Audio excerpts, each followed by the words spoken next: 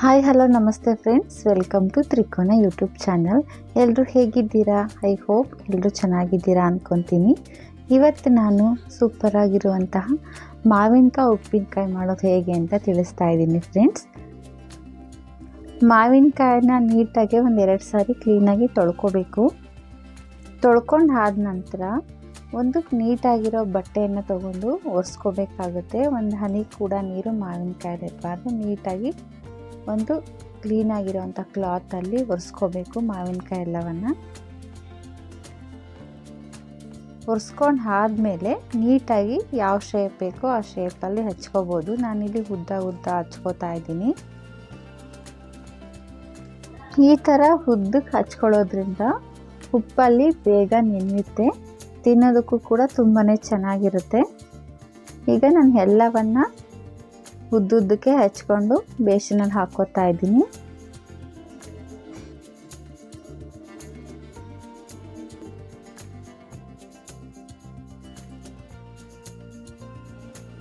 ಈಗ ಎಲ್ಲ ಮಾವಿನಕಾಯಿ ಹೆಚ್ಚಿಟ್ಕೊಂಡಿದ್ದಾಗಿದೆ.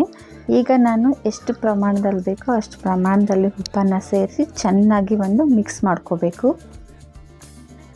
ನೀಟಾಗಿ ಮಾವಿನಕಾಯಿ ಹೋಳಿಗೆ ಉಪ್ಪು ಚೆನ್ನಾಗಿ ಹತ್ತಬೇಕು. ಈ ಥರ ಉಪ್ಪು ಹಾಕ್ಬಿಟ್ಟು ಒನ್ ಡೇ ನೆನೆಸಿಡಬೇಕು ಫ್ರೆಂಡ್ಸ್.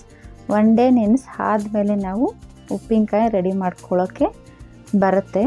ಈಗ ನಾನು ಉಪ್ಪನ್ನು ಚೆನ್ನಾಗಿ ಮಿಕ್ಸ್ ಮಾಡಿ ಒಂದು ಕ್ಲೀನಾಗಿರೋ ಡಬ್ಬಕ್ಕೆ ಹಾಕಿಬಿಟ್ಟು ಮುಚ್ಚಿಡ್ತಾ ಇದ್ದೀನಿ. ನೋಡಿ, ಚೆನ್ನಾಗಿ ಈ ಥರ ಮಿಕ್ಸ್ ಆಗಬೇಕು ಮಾವಿನ ಹೋಳು ಉಪ್ಪು. ಈಗ ಒಂದು ಪ್ಲಾಸ್ಟಿಕ್ ಡಬ್ಬದಲ್ಲಿ ಹಾಕಿ ನೀಟಾಗಿ ಮುಚ್ಚಿಡ್ತಾ ಇದ್ದೀನಿ.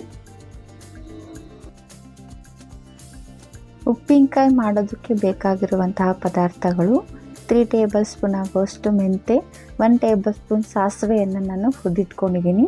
ಹಾಗೆ 3 ಟೇಬಲ್ ಸ್ಪೂನಷ್ಟು ಆಯಿಲನ್ನು ಬಿಸಿ ಮಾಡಿ ತಣ್ಣಗೆ ಮಾಡ್ಕೊಂಡಿದ್ದೀನಿ.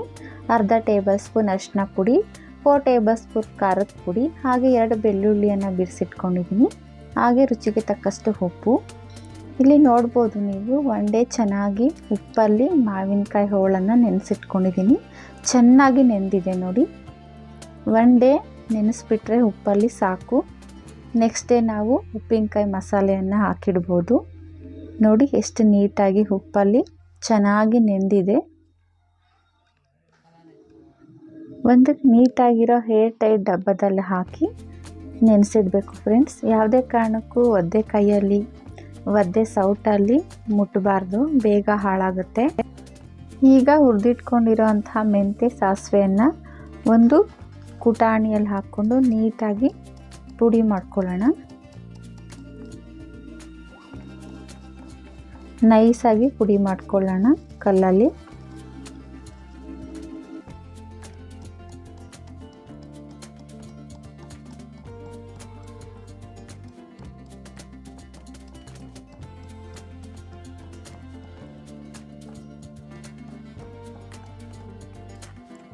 ನೋಡಿ, ನೀಟಾಗಿ ಪೌಡ್ರ್ ಆಗಿದೆ. ಈ ಪೌಡರನ್ನು ನಾವು ನೆನೆಸಿಟ್ಕೊಂಡಿರೋಂತಹ ಮಾವಿನಕಾಯಿ ಹೋಳಿಗೆ ಸೇರಿಸ್ಕೊಳ್ಳೋಣ.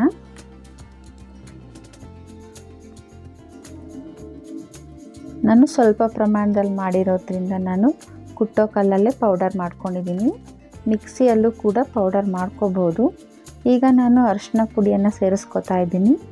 ಹಾಗೆ 4 ಟೇಬಲ್ ಸ್ಪೂನ್ ಆಗೋಷ್ಟು ಅಚ್ಚ ಖಾರದ ಪುಡಿಯನ್ನು ಕೂಡ ಹಾಕ್ಕೊತಾ ಇದ್ದೀನಿ.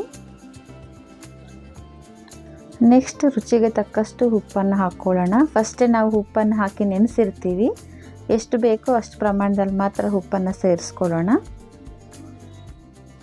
ಹಾಗೆ ತಣ್ಣಗಾಗಿರುವಂತಹ ಆಯಿಲನ್ನು ಕೂಡ ಹಾಕ್ಕೊತಾ ಇದ್ದೀನಿ. ಅದೇ ಕುಟ್ಟೋ ಕಲ್ಲಲ್ಲಿ ನಾನು ಬಿಡಿಸಿಟ್ಕೊಂಡಿರೋಂತಹ ಬೆಳ್ಳುಳ್ಳಿಯನ್ನು ಜಜ್ಜಿಬಿಟ್ಟು ಹಾಕ್ತಾ ಇದ್ದೀನಿ ಉಪ್ಪಿನಕಾಯಿಗೆ. ತುಂಬಾ ಚೆನ್ನಾಗಿರುತ್ತೆ ಬೆಳ್ಳುಳ್ಳಿ ಹಾಕೋದ್ರಿಂದ.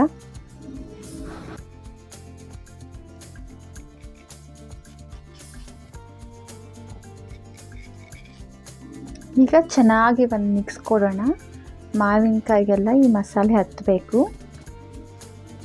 ಹಾಗೆ ನಾನಿಲ್ಲಿ ಉಪ್ಪಲ್ಲಿ ಮಾವಿನಕಾಯಿ ನೆನೆಸಿದ್ನಲ್ವ, ಆ ನೀರನ್ನು ಸಪ್ರೇಟ್ ಮಾಡಿದ್ದೆ, ಅದು ಕೂಡ ಈಗಲೇ ಹಾಕ್ಕೊಂಡು ಚೆನ್ನಾಗಿ ಮಸಾಲೆ ಚೆನ್ನಾಗಿ ಮಾವಿನಕಾಯಿ ಹತ್ತಬೇಕು. ಆ ಥರ ನೀಟಾಗಿ ಒಂದು ಮಿಕ್ಸ್ ಕೊಡಬೇಕು.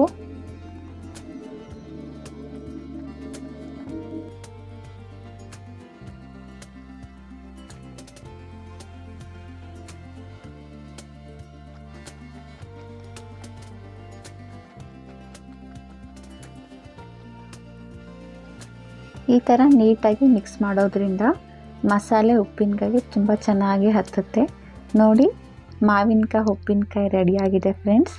ತುಂಬಾ ಚೆನ್ನಾಗಿ ಬಂದಿದೆ.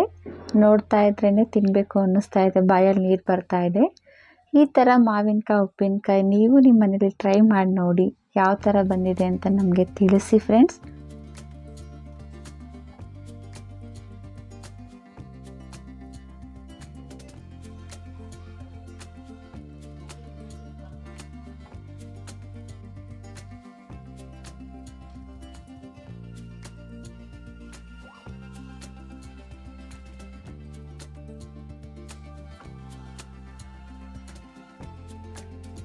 ನೀಟಾಗಿರೋ ಒಂದು ಹೇರ್ ಟೈಟ್ ಡಬ್ಬದಲ್ಲಿ ಉಪ್ಪಿನಕಾಯಿ ಹಾಕಿಟ್ಟು ನಮಗೆ ಬೇಕಾದಾಗ ಮಾತ್ರ ಒಂದು ಬೌಲಲ್ಲಿ ಹಾಕ್ಕೊಂಡು ಬಳಸೋದ್ರಿಂದ ಉಪ್ಪಿನಕಾಯಿ ತುಂಬ ದಿನ ಬರುತ್ತೆ, ಹಾಳಾಗೋದಿಲ್ಲ.